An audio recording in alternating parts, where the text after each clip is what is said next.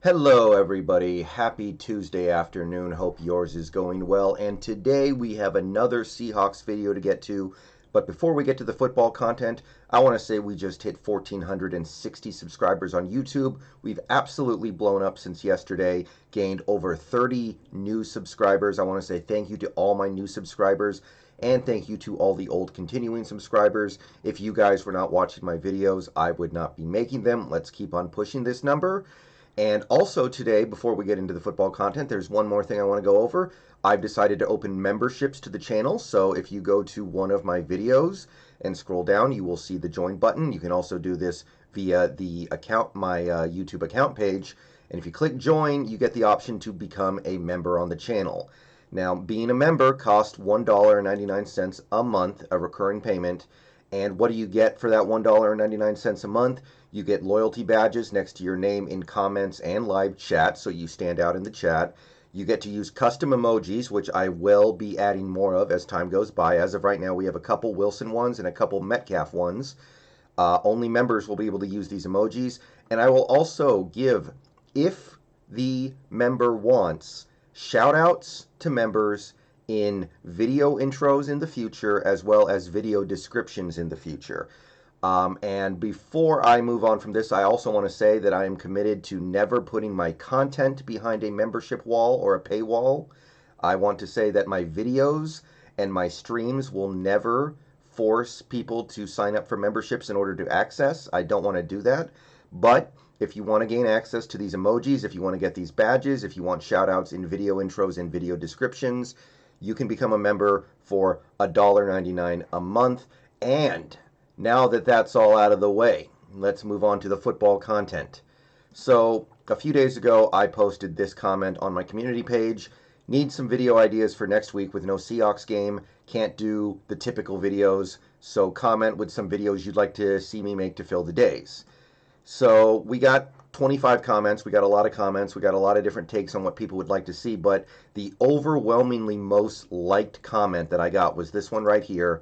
State of the division, what's happening with the other teams, who to watch out for, playoff implications. So we're going to go ahead and try to do that.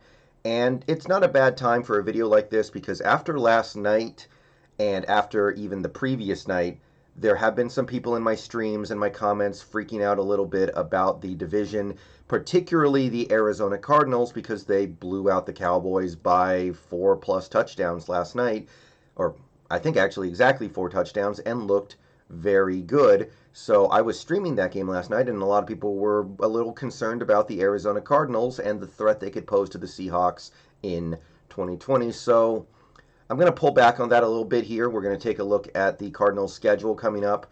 Now, before I get into this, I do want to stress the Cardinals are a pretty good team, maybe even a little better than I gave them credit for as of a couple weeks ago. Their DVOA rankings are strong on offense, defense, and special teams. They're, I believe, top 10 in DVOA in all 3 categories. Their defense, which I did not give very much credit until I saw that DVOA ranking, may be a little better than I was thinking. However, if you take a look at this schedule and you take a look at their current position, I don't think the math is there for them to be able to pose a serious threat to us, even if they find a way to sweep us. And I don't think they will, but even if they do, if you take a look at this schedule and you take a look at the challenges they're about to face, you've got, obviously, their next game is against Seattle. And I'm feeling pretty good about this game, but I admit Arizona may be a little better than I gave them credit for. That's certainly a winnable game for them. And then they get their bye week. But if you take a look at what's going on after this bye week, this next stretch of football is going to be very tough for the Cardinals, much as it will be for us. We're looking at a pretty tough November. However, if you take a look at this, so is Arizona. They've got home against Miami. Miami may be starting Tua. We don't know what Tua is going to do to that Dolphins team. Is it going to take them down? Is it going to take them up? Is it going to make them better, worse? We don't know. We know Fitzpatrick is a tough, wily veteran, but we know he was also making a lot of mistakes that was costing that team games. So we don't know what kind of Dolphins team we're necessarily going to be looking at when they play against Arizona if Tua goes. Then they have a home game against Buffalo. Now, Buffalo is on a 2-game losing streak. They've been committing a lot of dumb penalties. They haven't looked like a very cerebral football team lately. Okay, but We know that team is talented. We know that they're very capable. They've already beaten the Rams. They've already done some pretty impressive things this year. So these games are not gimmies. And then they have at Seattle, which, again, I feel pretty good about this matchup against Arizona, but I accept also that nothing is a given. So, let's say they split against us. Let's say they get the split against us. They still have to play the Patriots, and even though the Patriots look terrible against the Broncos, I think we all kind of understand that the Broncos took advantage of a Patriots team that had no opportunity to practice, and the Patriots really looked like a team that hadn't practiced all week. So the Patriots are a decent team at least. This is not a gimme game. It's in Foxborough, and a team in Arizona traveling to play a team up in New England. That's not an easy matchup at all. This is a very possible loss. Then we've got a game against the Rams. I think the Rams offense should be able to eat against a team like the Cardinals, especially with no Chandler Jones. And that's another big factor too, by the way. Losing Chandler Jones for the season. It didn't show up last night against the Cowboys, but it will show up eventually. So that top 10 defense may not be top 10 for long. And then after that, yes, their schedule does soften up a little bit. They get the Giants and they get the Eagles, 2 games that they should be able to handle their business. And then they're getting the 49ers and the Rams to close out the season. As we saw on Sunday night, it seems like the teams in this division may beat up on each other. And the division will be determined by how teams do outside the divisional games. And right now, the Seahawks are looking like a team that might win all of their outside divisional games or all but one. We have one really tough game outside the division still coming up in Buffalo. Other than that, I feel pretty good about where we are. So if these teams can beat up on each other, which is something that didn't happen to the 49ers last year. The 49ers were able to escape with a narrow sweep of the Rams and a narrow sweep of the Cardinals, and they were 5-1 in the division. That's why they won the division. So I think it's very possible that we see the division just kind of beat up on each other, and the Cardinals may very well drop one or both of these games. So if you take a look at the Cardinals schedule the rest of the way, I don't think the math is there. They still have to play the Patriots, who we already beat. They still have to play the Rams twice. They're probably going to lose at least one of those games. So with the head start we have on Arizona, which was born because of this game these 2 games right here, where they lost to a bad Detroit team and a mediocre Cardinals team, I don't think you can find the wins for them to beat the Seahawks out in the division unless the Seahawks just start playing much worse than they have in the first 5 games. And now let's do the 49ers, because there was also some consternation about them after they took care of the Rams on Sunday Night Football, which was actually a favor to us because we wanted the Rams to lose as far as I'm concerned. But I got a lot of comments in my stream saying, okay, what's going on with the 49ers now? Are they going to come back and run the table and win the division? Are they going to go 13-3 again?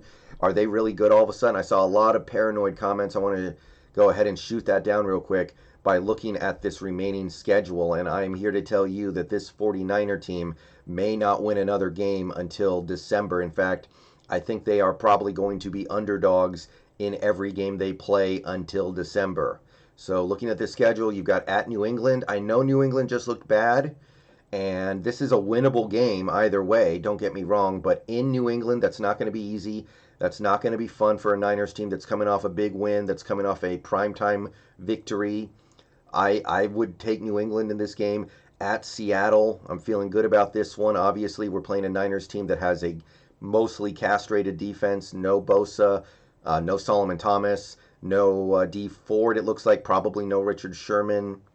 And then you've got home against Green Bay. And Green Bay, despite their weaknesses shown on Sunday, are facing a Niners defense that will not be able to generate pressure the way they did last year. You have at New Orleans. New Orleans is still a pretty good team.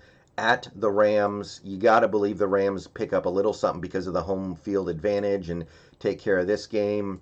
And then they have Buffalo, another good, talented team, on Monday Night Football.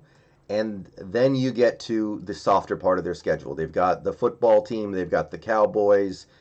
They can win both those games, but then you have the at Arizona and versus Seattle to wrap it up. So there's a lot of losses in here. You can't tell me they're suddenly just going to run the table against some of the best teams in the league.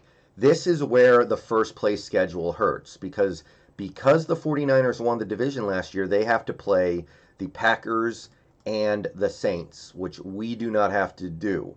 So, in my opinion, it's very clear that this schedule is not going to allow the Niners to realistically contend for the division unless the Seahawks just start losing a bunch of games that we all know against our schedule we should not be losing. So, I want to go ahead and this is just designed to push back a little bit on this perception that suddenly we have to be worried about this Niners team because they won one game they were favored to lose in, or that the Cardinals are something to be terrified of because they won a they won a game against a team that is clearly just scrambling for. I don't even know at this point. I don't even know what to say about the Cowboys. But let's take a look at the team that I actually think there might be a little something to be worried about. Let's take a look at this Rams team. If you take a look at their schedule, you can see a couple losses, but I think this is probably the team that will take the division away from Seattle if anyone does. Just to break down the schedule, we've got home against Chicago next week. Now, Chicago may be one of the worst 5-1 teams I've ever seen, but this is no gimme. The Bears do have a good defense. They have an offense that is making some plays in recent weeks. This is not a gimme game.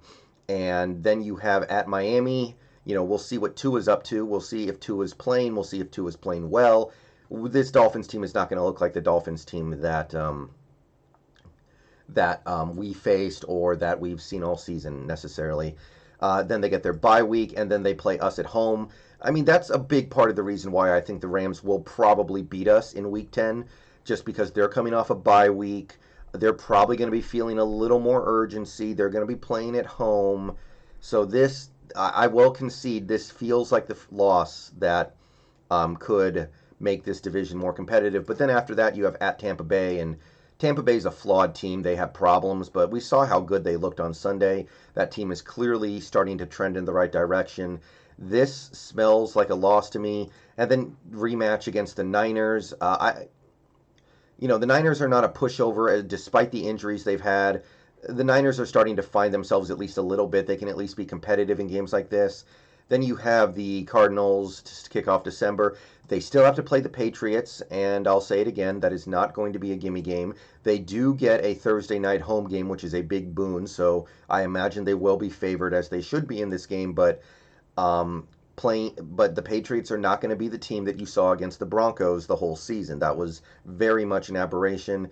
And then they get the Jets, Seahawks, and Cardinals to end the season. So, if you circle that Tampa Bay game as a loss, then that puts us in a good position right there to possibly just split with the Rams and still win the division. If they sweep us, this schedule does create some problems because the Rams are going to win a lot of these games, I think. However, that being said, if you take a look at their schedule so far, and I don't think a big enough deal is being made of this when people are talking about how great the Rams are playing, they have 4 wins against the worst division in NFL history. They beat the Cowboys by a field goal. They blew out the Eagles.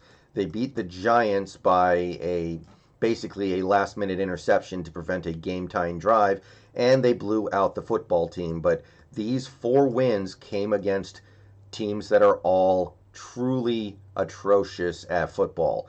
We all know the Cowboys should probably be 1-5 or 0-6 at best. We know that the Eagles, we know what the Eagles are going through right now in terms of all their injuries. So don't worry about the division so much, guys. I understand that it's good to be aware of what can happen. These are not bad teams. These are teams that can do some things very well. But if you look at the schedule of these 3 teams and you compare it to our schedule, which I don't need to tell you is very soft as we go through, it just seems like the numbers are in our favor. And unless this Seahawks team starts playing much worse than they have, I think things are very clearly coming up blue for the eventual division winner of the NFC West. So with that being said, thank you for watching. I will see you guys tonight in stream. Go Hawks. And yeah, that's what I see right now. What do you guys think?